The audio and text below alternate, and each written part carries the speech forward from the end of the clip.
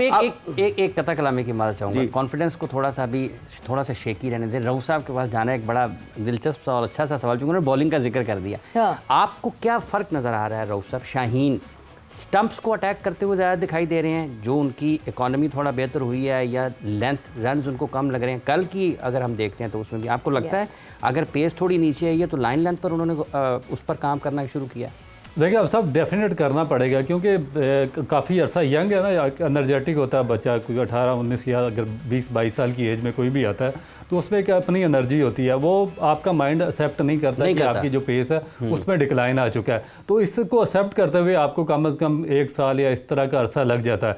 कई लोग तो बहुत ज़्यादा क्लेवर होते हैं, वो बहुत जल्द इस सूरत हाल को समझ जाते हैं। इस तरह इंडिया में इरफान पठान थे, उनकी पेस में डिक्लाइन आया, उन्होंने अपनी लाइनर लेंथ एडजस्ट कर दी, उनको पता था मैं इस पेस में वापस नहीं जाऊँगा, और उसी में वो सक्सेसफुल रहे। मगर ये हमारे जो बॉलर्स हैं इनमें थोड़ा सा अग्रेशन ज़्यादा होता है, और इनको जो हमारा कोचिंग स्टाफ या मैनेजमेंट होती है उसमें अनफॉर्चुनेटली ऐसे लोग नहीं होते कि जो उनको एग्जैक्टली ब्रीफ करें कि भाई आपकी पेस कट डाउन हो चुकी है, अब आपको लाइन एंड लेंथ के हिसाब से बॉलिंग करनी पड़ेगी, वेपन चेंज करना, वेपन चेंज। अगर आप उसी सिस्टम के साथ गो थ्रू करेंगे, 146 147 पेस आप माइंड में रख के उससे बॉलिंग करेंगे, और आपकी एक्चुअल पेस 132 131 होगी, तो फिर आपको रन कंसीड होंगे। और मेरा ख्याल है कि ये चीज़ उनकी बॉलिंग में अभी आपको बेहतर नजर आ रही है। यानी मतलब ये कहा जाए कि शाहीन को अब एक कोई अच्छा एडवाइजर मिला है, जिन्होंने अब शाहीन को एडवाइस किया है कि वो जो हुआ पास्ट में उसको भूल के find another way to be impactful. But impactful होने की बात करें तो कल के मैच के बाद राजा साहब एक तो चीज़ ज़रूर हुई कि वो मिथ टूट गई कि अगर बाबर और रिजवान रन नहीं करेंगे तो पाकिस्तान नहीं जीत सकता।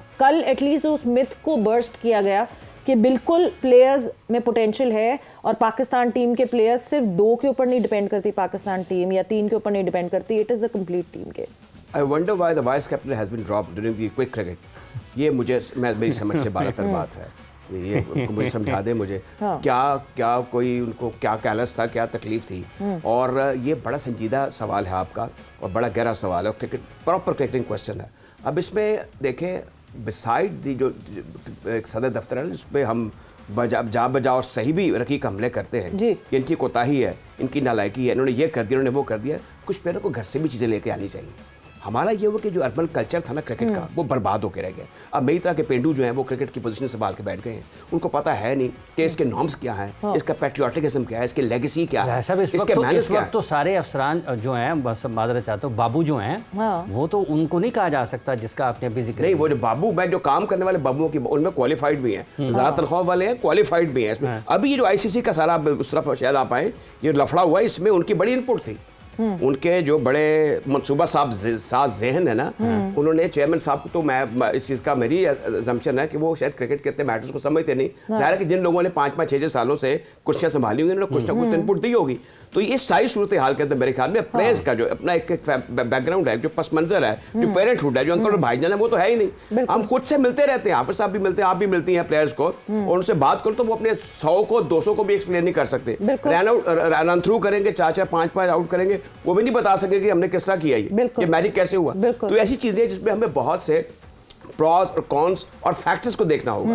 हमारे यहाँ पे कोई साइंटिफिक फार्मूला नहीं है, एसोसिएशन की सतह पर भी और PCB की सतह पर। आयदर उनकी जो इमोशनल एक उनकी रिक्वायरमेंट है वो कैसे पूरी करनी है, फिजिकल नीड्स क्या हैं, फाइनेंशियल या फिर उनको मॉरल उनको प्रॉब्लम्स हैं, उसका हमने बड़े नुकसान उठाए हैं माजी में। और मुझे लग रहा है कि अब वक्त आ गया है कि इस तरह PCB को एक तो डेवलूट करना होगा, रीजन्स को, एसोसिएशन को तगड़ा बनाना पड़ेगा। और आप जैसे खवातीन जो वहाँ बैठ के लैपटॉप पे काम करें और वहाँ पे बैठ कर देखें कि किस प्लेयर की उम्र कितनी है, इसका पास स्पॉन्सर क्या है, इसका कोई स्टिग्मा तो नहीं है इसके ऊपर। ये सारी ऐसी चीजें जो कि हमें मॉडर्न डे क्रिकेट में अडॉप्ट करनी पड़ेंगी। राज साहब, आपने बहुत इंपॉर्टेंट बात की कि एक प्लेयर जो कि 100 रन भी बना ले, 200 भी बना ले, उसकी एक्सप्लेनेशन वो एक्सप्लेन नहीं कर पाता, या एक बॉलर इस तरह, गेम अवेयरनेस आ जाती है। ये बात आप कर रहे हैं, जो फ्लो में वो कर रहे हैं, मगर आप उसको नरेट इसलिए नहीं कर सकते क्योंकि आपको एक्चुअली पता नहीं है कि आप क्या कर रहे हैं, कैसे हो रहा है, बस वो हो रहा है। बिकॉज हम बहुत सारे हमारे यहाँ जो है वो नेचुरल यूनिकॉर्न्स हमें मिलते हैं, और पाकिस्तान में बहुत टैलेंट है इस तरह का। बट कल जब मिडिल में डिस्कशन होती हुई हमें सुनाई दी, stump mic, thanks to the stump mic के वो इतने सेंसिटिव हो गए हैं, नसीम एंड सलमान अली आगा, जिस तरह स्टंप माइक कॉन्वर्जेशन हो रही थी, जरा थोड़ा सा उसको रीलिफ्ट करते हैं फिर से, क्योंकि मैच से ज्यादा उस वक्त फोकस चला गया था कि जी वॉल्यूम तेज करो और सुनाई दे कि क्या कर रहे हैं सलमान अली आगा और नसीम, और क्या नसीम बैटर है और सलमान अली आगा टेल एंडर है। की बात की है, रोशनी डालेंगे, लेकिन मैं आपको बताऊं जिस तरीके से कल सलमान अली आगा ने कहा ना कि और 2 गेंदें हो गई हैं और 3 स्कोर हो गया है। हाँ। ये हम आपको सुनाते हैं, नहीं हम उनकी ज़बानी आपको सुनाते हैं कि जरा क्या हुआ वहां मिडिल में and how interesting it was, और कैसे आपको पता चला कि इन प्लेयर्स की गेम अवेयरनेस बेहतर है उन प्लेयर्स से जिनकी हम बार बार बात करते हैं कि कहाँ है गेम अवेयरनेस। रऊफ साहब, ये गुफ्तगू आपने सुनी है।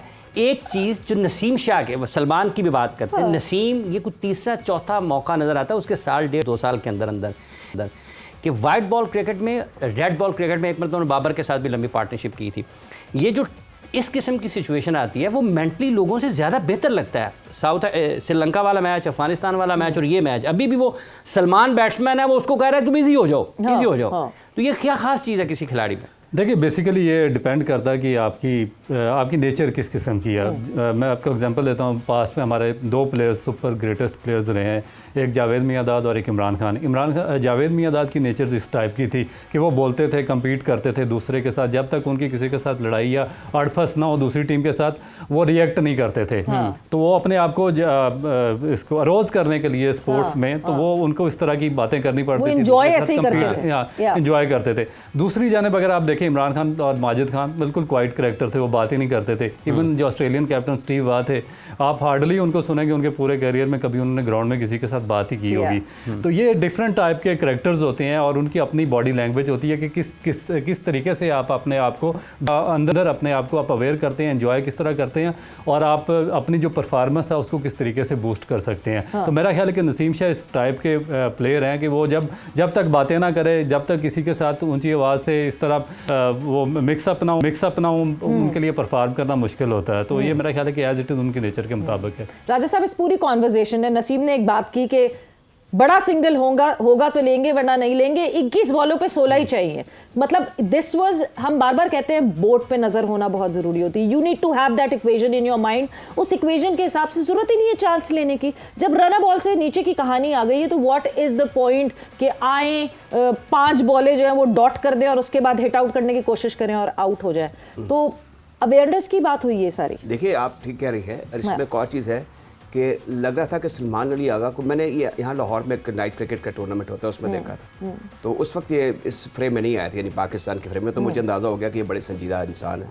तो मैंने सलमान भट्ट से भी कहा कि यार ये मुझे बड़ा अच्छा कैरेक्टर लगा है, कैच पकड़ के बड़ा कूल, बड़े आराम से उसको करना और चीज़ों को बड़ा स्टेबल तरीके से करना। मुझे ये था प्लेयर्स की, अब बात कहाँ से कहाँ निकल जाएगी, जो आपस में गुफ्तगू होती है उसमें बाज़ औक़ात मुग़ल्लज़ात भी होते हैं, वो कोई ऑन एयर में चले जाते हैं। तो ये अच्छा हुआ कि वहाँ पर उन्होंने kept there you know nerve together. बहरहाल ये मैं इसको जब भी मिसाल के बाज़ प्लेयर बड़े सोबर होते हैं, क्वाइट डिस्पोजिशन, लेकिन इन दोनों ने आपस में ये एक तालमेल के लिए ना कि एक हो गया अपने आप को इन्वॉल्व रखा खेल के अंदर। ये जो पहला मैच है बड़ा इंपॉर्टेंट होता है 3 मैच सीरीज़ का, यू सी। तो इसमें ये बड़ा अच्छा हो गया कि इसमें हमारा जो एक इमर्जिंग टैलेंट है वो खुलकर सामने आ गया। अब खतरे की घंटियां लोगों के लिए भी हैं जो कि चिरागे रुखे ज़ेबा लेकर वाली बात है, 15 मैचों के बाद 20 मैचों के बाद 50 कर दिया, 70 कर दिया, बड़े नाम चलते रहते हैं। अब ये बाबर आजम के बारे में तो देखें जी, मोहम्मद रिजवान, नहीं अब उनकी रन्स की बात ही कर रहा हूँ। अब रिजवान का भी देखें कि जो उनका एटीट्यूड भी है, शॉट सिलेक्शन का भी जो एक उनका सिलसिला है, या बाबर आजम जिस तरीके से आउट हो रहे हैं, मुझे समझ में नहीं आ रहा कि एक आउट ऑफ फॉर्म बंदा इस तरह नहीं हो। आउट ऑफ फॉर्म ऐसे नहीं होता। ये जो बाबर आजम और रिजवान के रन्स ना करने के बावजूद पाकिस्तान ने एक अच्छा चेज़ किया और इस वेन्यू पर शायद ये सबसे ज़्यादा बड़ा चीज़ है, हाईएस्ट रन चेज़ है आफ्टर वेरी लॉन्ग टाइम। किस तरीके से देखते हैं आप इसको कि 2 टॉप प्लेयर्स आपके रन्स ना करें और दोनों और उनकी अदम मौजूदगी में उनके रन्स ना करने के बावजूद पाकिस्तान चेज़ कर जाए, रन्स पर रन्स किए? देखिए इसमें दोनों एस्पेक्ट आ जाते हैं कि एक तो एक बहुत अच्छा है कि आपके जो मेजर 2 बैट्समैन हैं जिस पे पाकिस्तान की पूरी टीम रिलाई करती है, जिनके बगैर आप चेज़ नहीं कर सकते, और ओवर द ईयर्स जिन पे पाकिस्तान की टीम डिपेंडेंट रही है, अब वो स्कोर नहीं करते और फिर दूसरे यंगस्टर्स आके उनकी टेक ओवर करते हैं और वो फिर पाकिस्तान की सक्सेस में अपना पार्टिसिपेशन डालते हैं। तो इसका मतलब है कि अगर जो चैम्पियन ट्रॉफी या मेगा इवेंट्स आ रहे हैं उसमें बहुत अच्छी एक टीम बिल्ड हो रही है कि अगर आपके जो मेजर बैट्समैन हैं वो फ्लॉप होते हैं या आउट ऑफ फॉर्म चले जाते हैं, तो आपके पास जो दूसरे बैट्समैन हैं वो उनकी कमी पूरा कर सकते हैं। मगर दूसरी तरफ जो 2 बैट्समैन हैं उनका यहाँ पर चैम्पियन ट्रॉफी में चलना बहुत ज़्यादा ज़रूरी है, क्योंकि अगर बाबर और रिजवान फॉर्म में वापस नहीं आएंगे तो पाकिस्तान के लिए चैंपियन ट्रॉफी में परफॉर्म करना पाकिस्तान की पिचेस पर बड़ा मुश्किल हो जाएगा। और इसमें मेरा नहीं ख्याल कि, मुझे नहीं लगता कि बाबर आजम किसी भी, क्योंकि बाज़ वो शॉट्स ऐसी खेल जाते हैं कि जिसमें लगता है कि वो अपनी प्राइम टाइम फॉर्म में है। ऑस्ट्रेलिया में भी उन्होंने खेली है, यहाँ पे भी शॉर्ट इनिंग्स में उन्होंने बड़ी अच्छी शॉट्स खेली हैं। मगर वो एक चीज़ देखें जो आजकल वो मैं बार बार इसलिए बात करता हूँ स्पोर्ट्स एजुकेशन की। अच्छा, ये टेक्निकल मसला है, तकनीकी मसला है या ज़हनी ये मसला कोई है? टेक्निक ना, उनकी टेक्निक में कोई फॉल्ट है, उनका सिर्फ साइकोलॉजिकल इशू है उनका। और उसमें सिर्फ और सिर्फ पाकिस्तान क्रिकेट बोर्ड वाहिद रिस्पॉन्सिबल है, पाकिस्तान क्रिकेट बोर्ड और इसकी मैनेजमेंट। जिस तरीके से उनको ट्रीट किया गया इस तरीके से उनको ट्रीट नहीं किया जाना चाहिए। आपके पास दो टाइप के प्लेयर्स होते हैं, एक मेंटली बहुत ही स्ट्रांग होते हैं, बहुत ही हार्ड होते हैं, उन पर किसी किस्म के भी ब्लेम आ जाए, एलिगेशंस आ जाए, वो मेंटली नहीं गिरते, वो अपने आप को और बूस्ट लेकर ले जाते हैं, उनकी परफॉर्मेंस और ऊपर चली जाती है। एक दो बैट्समैन होते हैं, एक जो प्लेयर्स होते हैं बाबर आजम जैसे, वो इतने ज़्यादा मेंटली टफ नहीं होते, वो टेक्निकली आउटस्टैंडिंग प्लेयर्स होते हैं आपके। इस वक्त जिस तरह पाकिस्तान की मेरा ख्याल है कि हिस्ट्री के one of the best player है, मगर वो मेंटली इतने स्ट्रांग नहीं है। और ये पाकिस्तान क्रिकेट बोर्ड की मैनेजमेंट को एग्जैक्टली पता होना चाहिए था कि भाई ये इतना मेंटली स्ट्रांग नहीं है। जब हम इसको शेल में लेकर जाएंगे तो ये इसका बिहेवियर चेंज हो जाएगा, इसकी जो गेम है उसमें भी डिफरेंस आ जाएगा और फिर पाकिस्तान को एक बहुत बड़ा नुकसान हो जाएगा। नुकसान इन सेंस सिर्फ ये नहीं कि वो बैटिंग नहीं कर रहा, बल्कि एक मेरा ख्याल है कि पिछले 2 डिकेड्स के बाद पाकिस्तान को वाहिद प्लेयर मिला था जो टेक्निकली बहुत ही ज़्यादा स्ट्रांग था, जिसकी कॉपी कर रहे थे यंगस्टर्स। और जो मिलियंस ऑफ आपके जो बच्चे हैं जो क्रिकेट खेलते हैं उनकी टेक्निक उससे बेहतर हो रही थी। तो ये पाकिस्तान क्रिकेट बोर्ड को इस पर फोकस करना चाहिए था, उनको साथ लेकर चलना चाहिए था, उनको इस तरीके से उनको ट्रीट इस तरीके से नहीं करना चाहिए था कि वो एक शेल में चले जाए।